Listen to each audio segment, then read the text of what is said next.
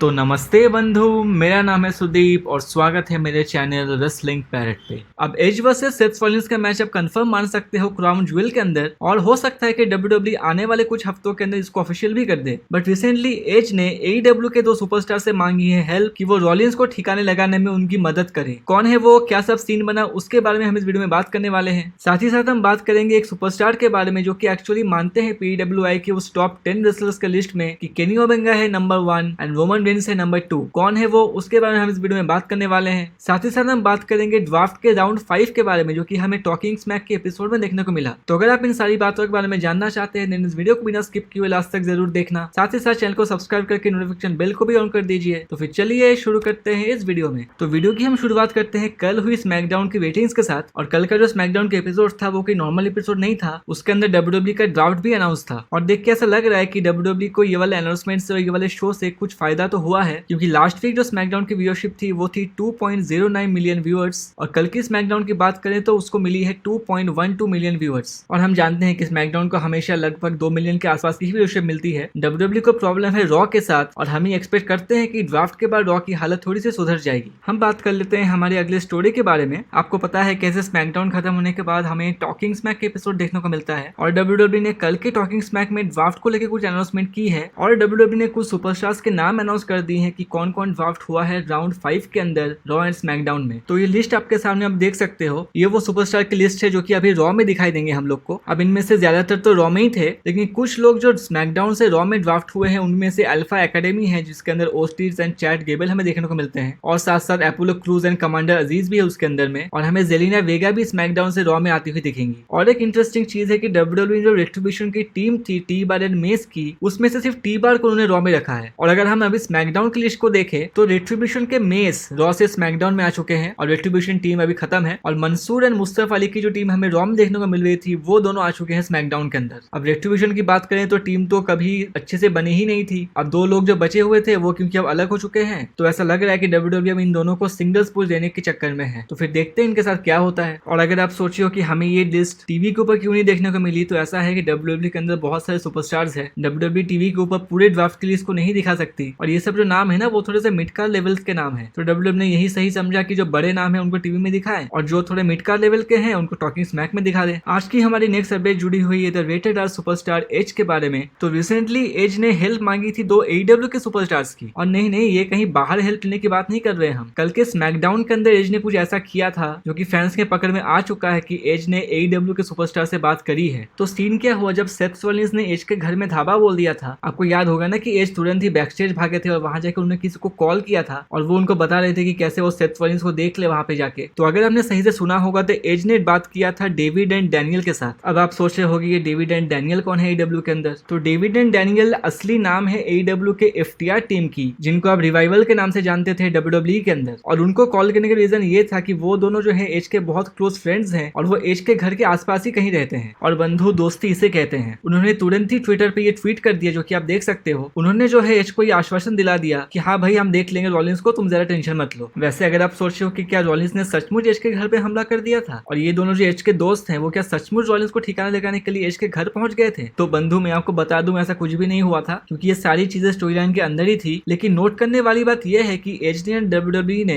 ये एज की जो दोस्ती है AEW के सुपरस्टार्स के साथ उनको स्टोरी लाइन में भी यूज कर लिया। और आप जरा चीजों को ऐसे समझो, अगर कल एज डेविड एंड डैनियल का नाम नहीं लेते तो क्या एज एंड रॉलिंस की स्टोरी लाइन आगे नहीं बढ़ती। हमें तो सही से पता भी नहीं चला था कि एज एक्चुअली बात कर किससे रहे हैं। लेकिन WWE शायद आज के फैंस को जानती है कि वो कितने शातिर हैं, वो कहीं ना कहीं से ये समझ जाएंगे कि एज एक्चुअली बात कर रहे थे AEW के सुपरस्टार के साथ, और इस बात को लेकर ना जो हवा है थोड़ी सी गर्म हो जाएगी। आप मुझे कमेंट करके जरूर बताना कि क्या आपको कल समझ में आ गया था कि एज किससे बात कर रहे थे। हम बात कर लेते हैं हमारे अगले स्टोरी की तरफ। तो अगर आप मेरे चैनल से एक्टिवली जुड़े रहते हो तो मैंने आपको अपनी वीडियो में एक बताया था कि बाल्टीमोर की जो अरीना है जहाँ पे कल रात स्मैकडाउन हुई थी USA के अंदर, वो वाली अरीना वहाँ के लोकल ऑडियंस के लिए एक मैच अनाउंस कर रही थी बहुत दिनों से, जो कि था Roman Reigns versus Drew McIntyre for universal championship. लेकिन कल के स्मैकडाउन में हमें ऐसा कोई भी मैच देखने को नहीं मिला था। तो आप शायद एक्सपेक्ट कर रहे होंगे कि ये मैच शायद वहाँ की लोकल ऑडियंस के लिए था, और स्मैकडाउन के ऑफ जाने के बाद शायद वहाँ के ऑडियंस को ये मैच देखने को मिला होगा। लेकिन मैं अगर एक्चुअल मैच की बात करूं तो वहाँ के लोकल ऑडियंस को भी कल Roman Reigns versus Drew McIntyre के बीच का 1-to-1 मैच देखने को नहीं मिला था, बल्कि उन्हें देखने को मिला था blood line versus street profits and McIntyre के बीच का एक 6-man टैग टीम मैच। और मैच के विनर की बात करें तो क्योंकि ये डार्क मैच था तो फेस टीम को तो जीत दिलवानी ही थी, सबसे पहले मैकेंटायर का पड़ता है क्लेमोर रोमन रेंज के ऊपर, उसके बाद मैकेंटायर दोबारा से क्लेमोर लगाते हैं एक उसोस के ऊपर और इसके साथ साथ उन्हें जीत दिलवा दी अपनी टीम को भी। अब ये तो हो गया एक of air tag team match, but क्या हमें अपकमिंग टाइम में Roman Reigns versus Drew McIntyre के बीच में फ्यूड देखने को मिलेगी? वेल, इसकी पॉसिबिलिटी बहुत हाई है क्योंकि हमें पता है कि ड्रू मैकेंटायर बहुत दिनों से रोमन रेंज के ऊपर निशाना लगा रहे हैं और जैसे ही रोमन रेंज का ब्रॉक लेसनर के साथ अभी के लिए फ्यूड खत्म हो जाती है तो ऐसा हो सकता है कि उनकी अगली ही फ्यूड ड्रू मैकेंटायर के साथ हो। लेकिन मैं तो पर्सनली यही होप करूंगा कि अगर ब्रॉक लेसनर नहीं तो ड्रू मैकेंटायर वो सुपरस्टार बने जो कि एक्चुअली डिथ्रोन करे रोमन रेंज को। हम बात कर लेते हैं हमारे final story of the day के बारे में और हम बात करने वाले हैं उस डिबेट के बारे में जो कि एक्चुअली चल रही है जब से PWI ने टॉप 500 रेसलर्स की लिस्ट निकाली है, जिसके अंदर रोमन रेंज है नंबर 2